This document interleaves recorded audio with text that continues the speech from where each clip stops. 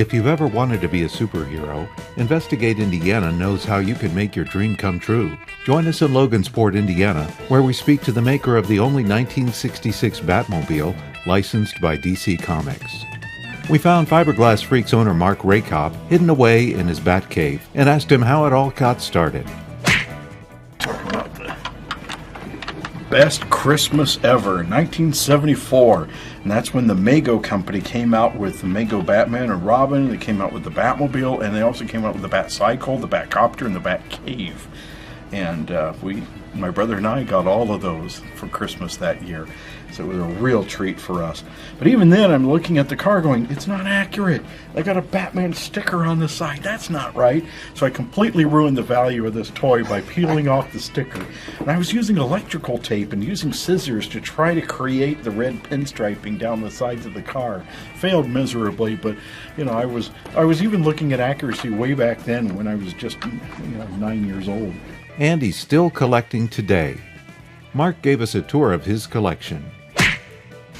So I've been an avid collector of the Batman TV shows since I was 2 years old. My mom and dad started collecting for me way back then, and over the years I've amassed a small collection, by no means the largest or anything like that. Some people are impressed by the size, and other people go, I've got that much stuff myself, which is fine, and then other people have warehouses full of stuff. But my pride and joy are the Mego figures, again from that best Christmas ever. We have the different Batmobiles and model kits and things from the movies that came out way back in the day, the 90s, 80s and 90s. And then one of my other prides and joy is the Shakespeare bust with the switch inside of it. I need to get the dial plate from one of my buddies online. But this came out in 2003 and then again in 2006.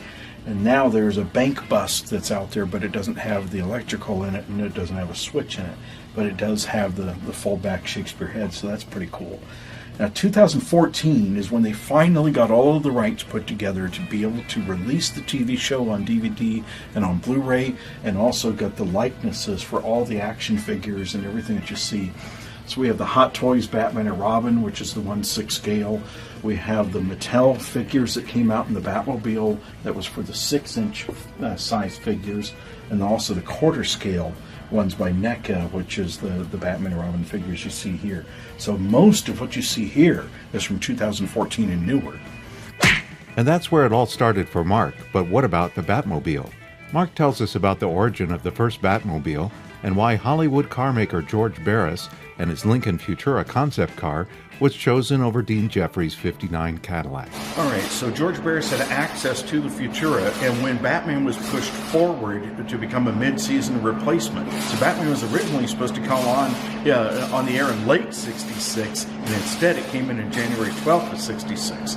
So Dean Jeffries was supposed to build his own Batmobile from a '59 Cadillac. But when Batman was pushed forward by ABC so much, that's when they decided to go with George Barris instead, because of the Futura. He already had a car on hand that he could be able to help them out immediately. Let's take a look at how Fiberglass Freaks builds the Batmobile. The car is made of thick fiberglass formed on molds. Mark tells us about a very special car they're working on now. So the car body that we're taking a look now, this is car number 28, and this the car body has been sanded with 80 grit. The main seams have been doctored up with more fiberglassing from the outside to clean up those seams, and the body working has just begun. We've tightened up the door gaps on the driver's side using fiberglass. And this is our first car that's going to be right-hand drive, so I'm really excited about that. It's going to be really different for us. It's our second car going to Australia. So the driver's side will be on the right side of the car for the first time. So steering, the brakes, everything has to be modified and put onto the other side of the vehicle.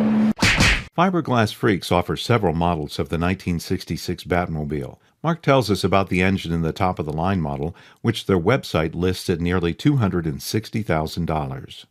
On our top-of-the-line car, we're using an LS3 Corvette engine. It has 525 horsepower, comes with a 3-year warranty, and it's absolutely amazing the amount of power that these things generate. And then it's a 4L70E transmission as well. So it's pretty crazy, but our craziest engine of all, it was a Ford 460 that was bored out to a 514 stroker. The customer supplied it. This thing had 702 horsepower, and Adam West was at a convention. He was looking at the engine. He said, "How many horsepower was that again?" I said, 702, Adam. And he said, "That's great. The car that I had was a piece of junk." Enter the Fiberglass Freaks Batmobile. Employee Ed explains the paint process. The first thing we do is we spray the red. Then once we spray the red, we'll tape off. Then that will say red. Then we'll shoot the black, four coats of black base, and then we'll go with probably 3 coats of clear. Then we'll sand that with 600, and then we'll sand that with banding 1500, 2000, 3000, and then you go from this to sanding to buffing. Mark told us he happened to have a completed car, so we hurried over to the Batcave. And there it was.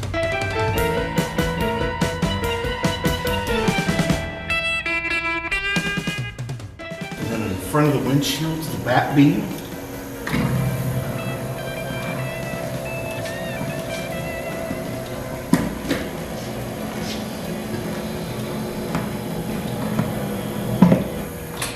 The particular one does not have the LED messages. This was an older model of Batmobile, but we do have the bat phone here.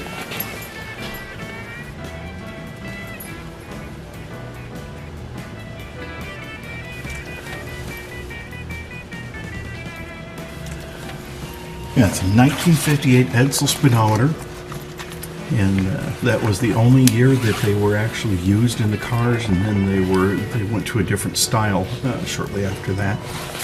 But we try to make everything functional. The turn signal switches are the actual turn signals, just like they were on the original car, with indicator lights up on the dash top. We put the headlights, the brights, the turn signals, headlights, park lamps, low beams and high beams are right here in compartment 1.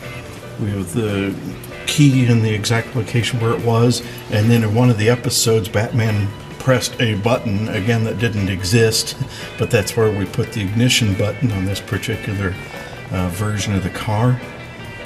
Transmission overdrive here for the 700R4 transmission. Each of the dash doors slides just like it did on the original car. And so that's how Mark Rakoff made his superhero dreams come true at Fiberglass Freaks in Logansport, Indiana. If you like this video, like, comment, and subscribe, and hit the bell to receive updates when we release a new adventure. Thanks for joining us. See you next week.